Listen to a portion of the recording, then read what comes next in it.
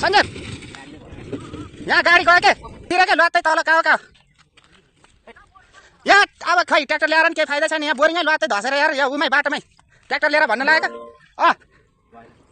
गाडीमा लत्तै लगिसक्यो यार हेर्दा हेर्दै गयो मान्छे छिरेन तर यस्तो जाब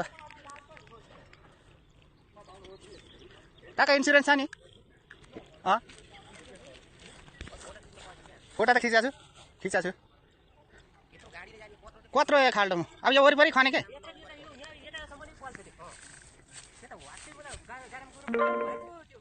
वरिपरि छ कि सबैतिर खाल्डा बिहान म यार कसो परेन बिहान थियो कालो पानी आइरहेको थियो धमिलो पानी आएको के भएको हो भनेर पनि अघि पनि भनेको मैले पनि भत्किँदैछ वरिपरि नजानु है अब यो त पुरै कहाँसम्म छ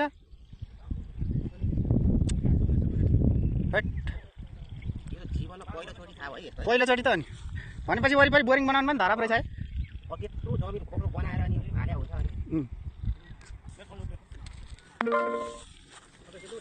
सालाहरू त मान्छे हो यिनीहरू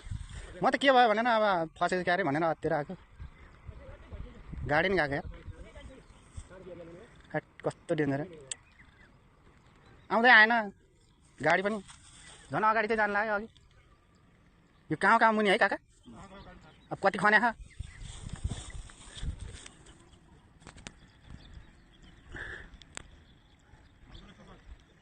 हेर्दा गाडी यार हेलो तिम्रो फोन उठाउन अलिक फटाफट झन्डै ज्यान गएको त्यो बोर्डिङमा ठ्याक्क बोर्डिङमा आइपुगेको थियो त्यो बोर्डिङमा न भूकम्प आयो के आयो ब्लास्ट भयो होइन गाडी पुरै तल गयो बोर्डिङमा के जमिन मुनिको अफिसले पठाऊ तपाईँ टुरिस्टलाई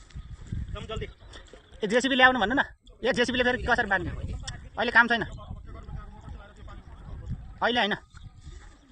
यो वरिपरि जाने धराप छ मेन कुरा त्यही जाने धराप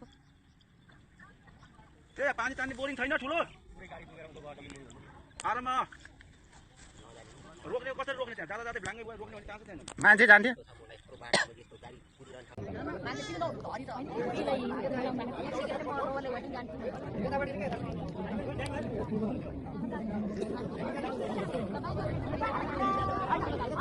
साधारण आएर चाहिँ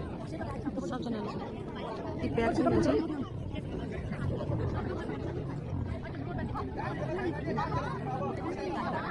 त्यो बिचमा टेक्नै मिल्दैन होला नि होइन कति खाल्डो छ